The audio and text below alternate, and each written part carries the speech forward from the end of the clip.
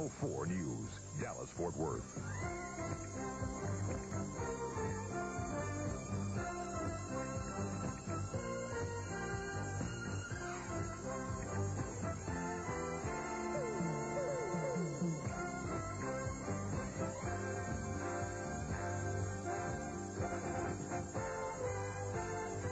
With Clarice Tinsley, Steve Bosch, James Spann in the Channel 4 weather station, and Paul Crane on sports. Good evening, and thank you for joining us tonight. Here's the 6 o'clock report. The search for shuttle debris widened today over an 8,000 square mile area of the Atlantic Ocean. Navy and Coast Guard ships have been hauling in literally tons of debris. Channel 4's Clarice Tinsley is live at the Johnson Space Center in Houston with today's developments. Good evening, Clarice. Good evening. Steve and Suzanne, here in Houston, it is another day to wait, another day to study, and a day of preparation for tomorrow's visit by President and Mrs. Reagan. On this day 3 of this national tragedy, the emphasis has moved to South Central Florida, where crews are recovering debris from the shuttle from the waters of the Atlantic. Steve Dawson, who is at Cape Canaveral, reports live from the Kennedy Space Center. Steve? Clarice, there was a private memorial service here, too, and I'll tell you a little bit about that in a minute. The search has expanded, as you heard, to 8,000 square miles, and 26 vessels, planes, and boats combined in that search. Among the things they have spotted so far is what could be part of the fuselage, a giant piece of the fuselage floating. And on a beach about 25 to 30 miles south of here, a bone fragment in a sock taken by local police to Patrick Air Force Base. The upshot, of course, of this expanded search is that it has produced much more debris. Search vessels are now picking up thousands of pounds of debris where yesterday there were only hundreds. And along the beaches near the Cape, there are people looking for any debris which may have washed ashore. Souvenir hunters pose a double danger to NASA. Not only are they apt to pick up and walk away with a piece of debris that may provide a valuable clue to Tuesday's explosion, but NASA officials fear that some of these pieces that wash ashore may be tainted with hazardous chemicals, and these souvenir hunters could get hurt from that. So this morning along the beaches, police patrols. There's been a lot of people turning in bits and pieces of some stuff. We don't know what it is yet, though. And today, however, there was little to find along the beaches. And the beachcomber we talked to had no success. Well, we just keep our eyes open. Offshore of Cocoa Beach, shrimp and scallop boats are dragging the ocean bottom. They've been kept out of the search zone by NASA, which is where they would normally be fishing. Behind the aerospace industry, commercial fishing is the second largest employer here. They offered our assistance shortly after the accident, but I think they don't want any civilians in the area for one reason or another. There is little anyone can do except wait, and the beach is the closest civilians can get to the disaster that covered their sky and now lies at the bottom of their ocean. As I said at the top of that report, excuse me, there was a private memorial service today at Patrick Air Force Base. The public and the press was excluded in order to preserve the dignity of the service. That's what we were told by the base chaplain. As for the Space Center itself, on the surface, it looks like it's normal. They opened the public tours today, and hundreds of visitors came and took the tour. Clarice? Thank you. Meantime, here in Houston, officials are poring over the computer records from Florida, as well as from the records in Mission Control, in an effort to try to piece together the terrible pieces from this puzzle. There are few clues. Ken Taps tells us that for the first time, pictures from NASA show the terror on the faces of those in Mission Control Tuesday morning. Mission Control still sits frozen, and dozens of investigators are poring over the final readings of Challenger. 1/1000th of a second, a tenth of a degree of temperature on the fuel tanker booster could make the difference. When you have that much power, you got to respect it. There are a lot of systems that have to work right, and thank God they've worked right up until this point in time. The Johnson Space Center sat in a gloomy fog for most of the day. NASA here has made no reports on its progress on the investigation. NASA says now there were conversations between its engineers and the shuttle builder, Rockwell International, just prior to flight, apparently regarding ice that formed on the fuel tanks before launch. But such dialogue is said to be routine. No, that's it. Meanwhile, dozens of flowers are pouring into offices just down the street from the puzzled investigation team. Families of the astronauts are remaining in seclusion right now, waiting for the National Memorial Service here tomorrow. Here in Houston, the shuttle tragedy is keeping investigating teams very busy, but it is canceling NASA plans across the country. An engine testing facility in Mississippi has been closed indefinitely.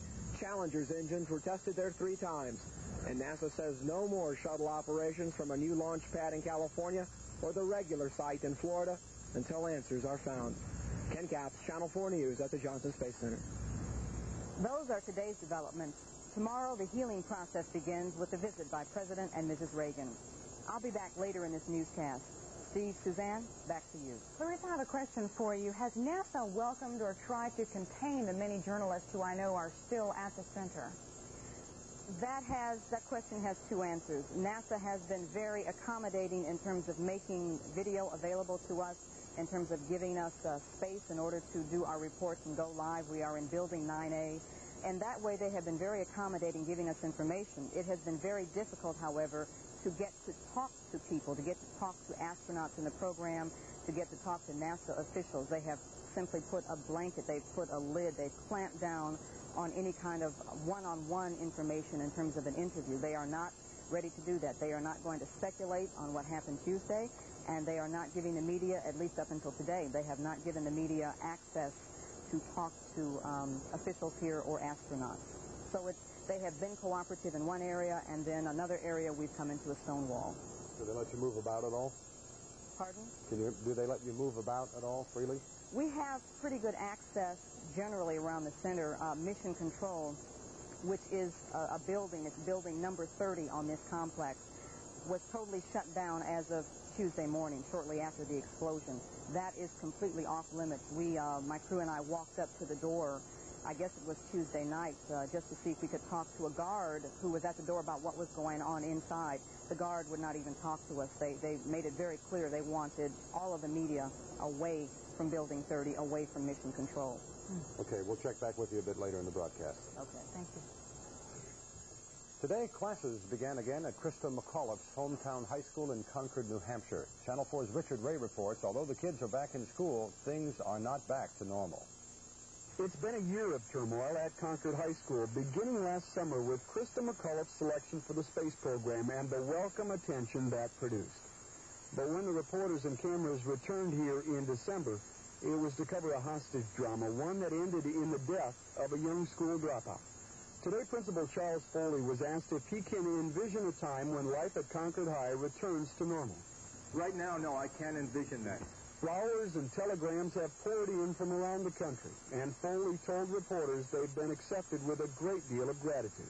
60 to 70% of the telegrams referred to Krista as a heroine, and that's how she will be remembered.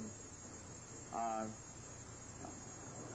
in the same telegrams, many said that we shared with you the elation of the event before the accident, and we share with you the grief subsequent to it.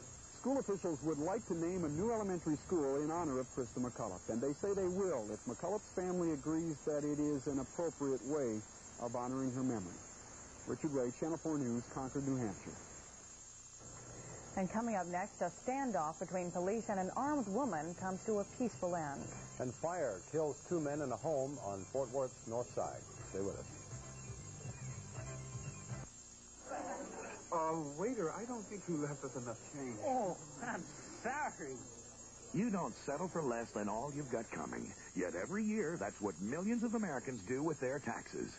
At H&R Block, we guarantee you the biggest refund you're entitled to, or your return is free.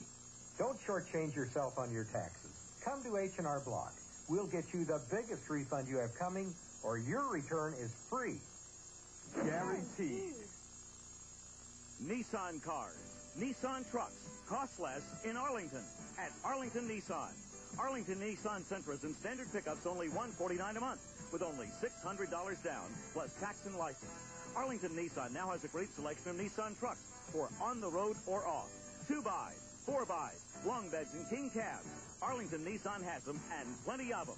Now's the time to buy. Now's the time to save at Arlington Nissan. I-20 in Collins, South Arlington. Out of the grand history of the vast American West, ride the good, much obliged, the bad, you sleaze, and the chubby. Uphill all the way. Roy Clark is Ben. Mel Tillis is Booger. For a real treat, see Uphill all the way. A real treat, $5 extra. The Old West will never be the same. Uphill Rated PG. Starts tomorrow. Consult your local newspaper for showtime. Police in Fort Worth say a woman with a gun begged them to shoot her during a 90-minute standoff this afternoon. Police surrounded the woman near the corner of East Rosedale and Hemp Hill after nearby workers reported a deranged person with a gun in their parking lot. Officers say the woman begged them to shoot her while pointing a cocked revolver in their direction. Just before 1 o'clock, police managed to wrestle her to the ground. Chief Thomas Wyndham says he's proud of the way his officers handled this particular situation. The efforts of the officers involved and the confidence they had that they were in control of the situation at all times. And they were prepared, believe me, to do the thing that had to be done if it became necessary. Police identify the woman as 32-year-old Sherry Medeiros. She was taken to John Peter Smith Hospital. So far, no charges have been filed. Tonight, Fort Worth fire officials are sounding the alarm over a record number of fire deaths. 2 people died in a fire today, bringing the number to 6 in January alone.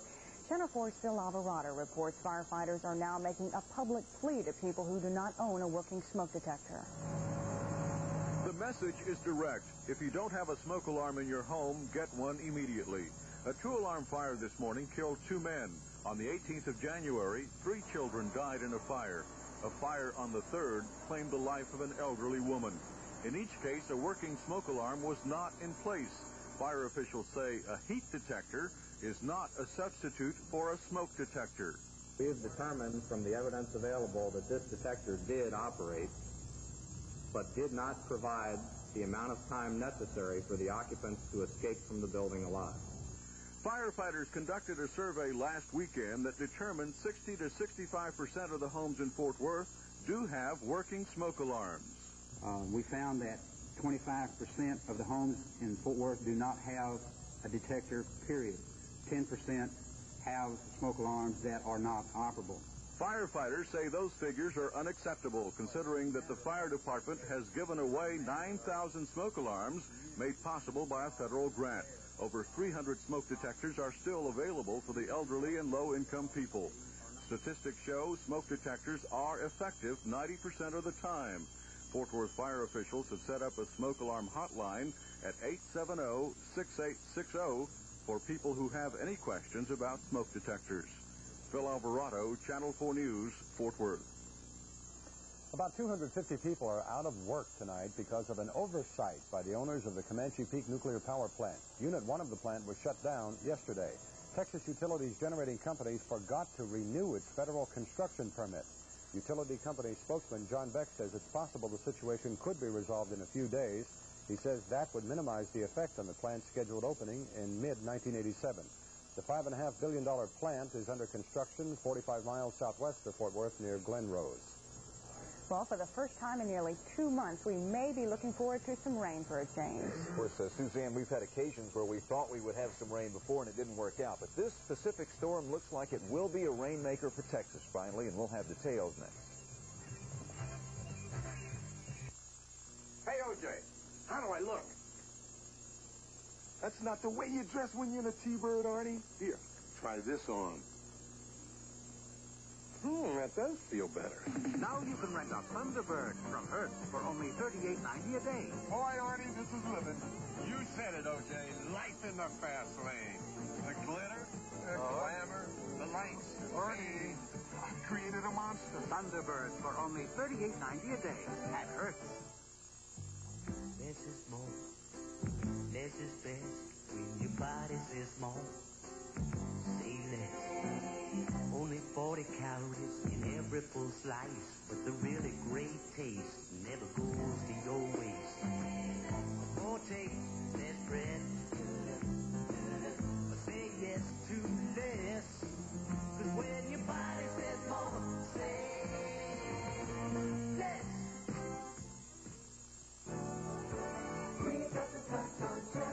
This Thursday on the all-new Newlywed Game, these newlyweds hide nothing. But your clothes are the other thing there is. She has bumps on her toes. I mean, the toes are like this. They got little bumps all over them. It must be, Jennifer, it must be tough being married to a perfect man. It is. This ain't near, though. I mean, look at her toes. Show her toes. Join in the fun on the all-new Newlywed Game this Thursday at 6:30, following Channel 4 News at 6. That storm system we were talking about is still several days off. Between now and Sunday, we should have relatively warm and dry weather, but by Sunday afternoon or Sunday night, possibly our first rain in almost 2 months.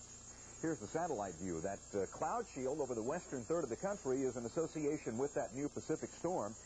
During the past 50 days, we've had a persistent ridge of high pressure in the upper atmosphere that's been blocking those west coast storms. Well, finally, that ridge is breaking down, and it looks like this one will make it across the Rockies and ultimately pick up some Gulf moisture and give us that chance of rain on Sunday. But it's a slow-moving system, so between now and then, mostly warm, humid, and dry conditions are expected. Here's a look at some temperatures around the nation this afternoon. We warmed up quite nicely this afternoon after kind of a chilly morning. You can see mostly 60s and 70s around Texas at this hour, 70s mainly in South and West Texas. We started off this morning in the 30s in most areas. In fact, our low here was 32. Meanwhile, cold weather continues up north around the Midwestern states and New England with 20s and teens at this hour, with seasonal temperatures elsewhere across the nation this afternoon. Around Texas, not too bad at 6 p.m. 64 degrees in Tyler and Waco, 66 degrees back at Abilene, 63 now at Wichita Falls. It's a warm 70 at San Angelo and Laredo, 72 at Brownsville, that's the state's one spot. And one of the cool spots up on the board of all places, Houston, where they have 61. At 6 o'clock, we have 65 degrees under clear skies. The humidity 46%, the barometric pressure falling from 30.12, and winds out of the southeast at 7 miles an hour. 68 was the high for this afternoon. It was 32 this morning, as we said. No rain today, and pollen was up today, so you might have noticed that if you have allergies. The total was 1,281 grains per cubic meter of air with a combination of fungus, mountain cedar, and grass and weed. National forecast on Friday. This is the main storm we're watching, so the rain continues well off to our west. Rain likely there all the way from the Pacific Northwest into Southern California. Even San Diego stands a chance of rain with that. A few snow showers developing ahead of that across the Rockies, but for the south, mostly partly cloudy skies and warm temperatures. In Texas, a few showers could pop up along the Texas Gulf Coast. That's where the best moisture will be, but it looks like we'll have to wait until the second half of the weekend. Here's the forecast for tonight. Mostly fair skies with an overnight low near 50 degrees. Now, early in the morning, we should see some moisture in the form of low cloudiness, but that should burn off, giving us afternoon sunshine. South winds and an afternoon high, a warm 75 degrees. The 5-day forecast, even warmer on Saturday with the same kind of weather. Morning clouds, afternoon sunshine with a high near 80. Then, you can believe it, on Sunday and Monday, a chance of rain in the form of showers and thunderstorms. And Suzanne, you've got my cup. Don't steal that. Your mug. I was in Arlington today, and I saw the third graders at Atherton Elementary School. Say Atherton in Arlington 3 times in a row real fast. Anyway, they were a great group of youngsters, and I want to say thanks to them for the cup here. It's really nice. That's a unique gift. Thank you, James. How serious is the hunger problem in Dallas? That was the topic of discussion at a special briefing this afternoon on a new study funded by the Visiting Nurses Association. Researcher Harry Mika did not offer any new numbers on the hungry, but he hopes to destroy local misconceptions that most who go without food are either homeless or new to the Dallas area. During the past 2 to 3 years, between 80 and 85% of all requests for food assistance are made by families with at least one employed earner who are native to the Dallas community. On the other hand, also on hand for the discussion, State Senator Hugh Parmer, the author of the state hunger bill. Parmer says because of recent federal and state budget constraints, if Dallas wants to solve the local hunger problem, it will have to do it itself. Tonight, a Dallas attorney and a bail bondsman are facing charges of felony theft for knowingly accepting stolen property as collateral for arranging bond. 33-year-old attorney Robert Margolis and 28-year-old Vic Montoya were arrested after they accepted $6,200 in stolen computers and VCRs from an undercover police officer last night. In exchange for those stolen goods, Margolis and Montoya agreed to post bond for at least 3 burglary suspects in Dallas area jails. One of those suspects was an undercover police officer. So we got another big hassle between Aguirre and Mata, huh? And just when you thought sports was supposed to be fun and games, really? Right? Yes, Mark Aguirre with more things to say. We'll hear from Mark and Coach Dick Mata in just a moment. The coldest months of winter are still ahead. There's plenty of bone-chilling weather to come. But here's the best way to stay warm. Right now, Burlington Coat Factory has a huge selection of warm winter coats. And almost every coat in Burlington stock is on sale at the lowest prices of the season. Coats for ladies, men, and children at Burlington's low sale prices.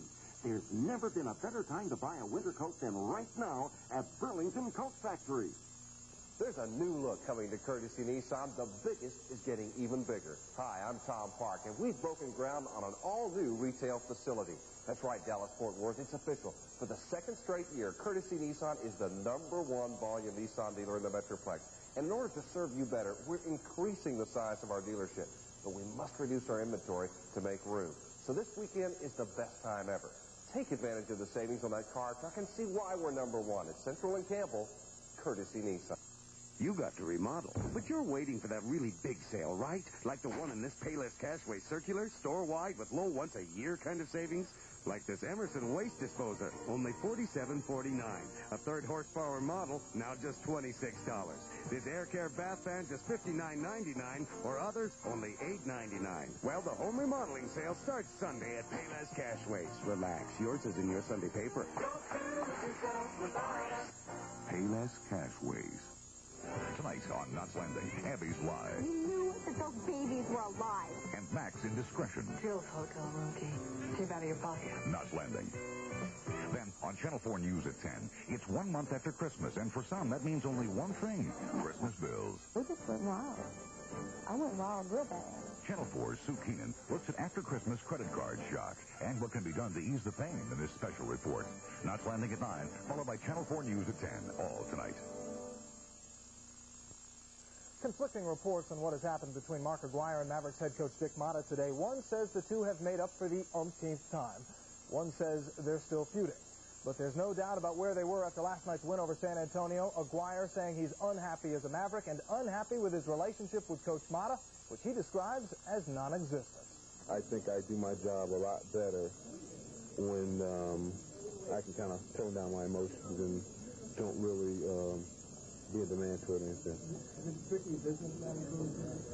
Me and Coach Motta? Yes, strictly business. I don't think that we can actually have any type of relationship or anything like that. If it's strictly business that it boils down to, that's great, because that's what we're in, is a business, and if he does his job, I'll do mine, and that's simple. And I love Dallas. I love Dallas, period. Dallas is a fun place to live. Now, so far as me as an athlete playing here in the Maverick organization, I've told you guys once and 1,000 times again, they're not going to trade me. The main objective here is to get to be an elite team, to win NBA championships, and if I am a problem in that, then I think that I would definitely be dealt off. But seeing as though the way I play the game, I think they would be making a very big mistake to try to deal me off. Well, like it or not, Aguirre is developing a bad rap around the league, and the Mavericks may not be able to deal him off, at least not for equal value if he keeps fighting with his coach.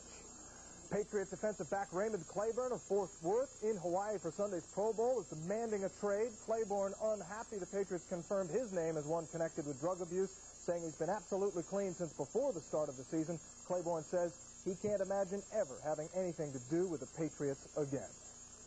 Sidekick home tonight for the Minnesota Strikers. Tattoo named a starter on the MISL's Eastern Division All-Star team today, and he joins us live from Reunion Arena with his shirt on. Congratulations, Tattoo. Thanks for joining us. You lead the division in getting votes, as voted by your peers, the players. Surprised at all about that? No, I'm not surprised. I expect the mention, because I think I've been playing well, and, it's just wonderful. You noticed more for getting that shirt off? Does that have something to do with it, do you think? I don't know. I think this helped a lot, but I've been working really hard, and the team been helping me a lot this season, and I think this is the reason I've been mentioned again in the All-Star game. Do you think you're where you want to be, not just you personally, but the team, a year and a half into it, couple of crowds, over 11,000 now? Is it starting to click where you want it to be? Yes, I think we're playing well. We've been working really hard. The front office has been doing the job, and the people start coming out. And when you start winning games and play well, the people come out. And so far, I'm happy with the situation. All right. Congratulations once again on your honor, and good luck tonight. Thanks for taking the time. All right. Thank you. Among all the things you hear in the sports headlines, there's a guy that kids can look up to. Tattoo. A good man and a good player. Okay, good. Thanks, Paul.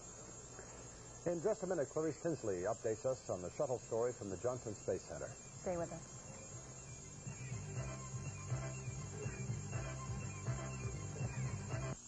Ford, 7.9% interest rate, combined with Frontier Ford's $33 over invoice sale. Only at Frontier Ford in Louisville. Avanti first are great. Ooh, Raphael, I think I'm in love. Look at that mink. And Fox. And that luxurious chinchilla. And it's not only Texas, but the whole world who comes to Avanti for fashion, quality, selection, and value. Avanti knows what makes life better. The best. You deserve an Avanti fur, one of the best things in life. In the heat of the day, there's a different kind of fight. In the heat of the day, there's deception, there's desire. Some love for passion and some burn for pain. Heart is they cry, they just can't quench love flame. In the heat of the day. Weekdays on CBS. Clarice joins us again from the Johnson Space Center down in Houston. Clarice? Steve, tonight we'll show you preparations here at the Johnson Space Center for tomorrow's visit by President and Mrs. Reagan for the memorial service. That service is designed to be a signal to the nation to let the nation know that the healing process can begin. In addition to giving comfort to the surviving family members of the Challenger crew, the President tomorrow is also expected to pledge to keep America in space. We'll have that report for you tonight at 10. Okay, thank you, Clarice. Also tonight at 10 o'clock, Sue Keenan has a special report that could affect your pocketbook. Credit card overload. The Christmas bill should be hitting your mailbox just about now, and you may suddenly find yourself in over your head. Some cautions and advice tonight at 10 o'clock. Join us then. Good night.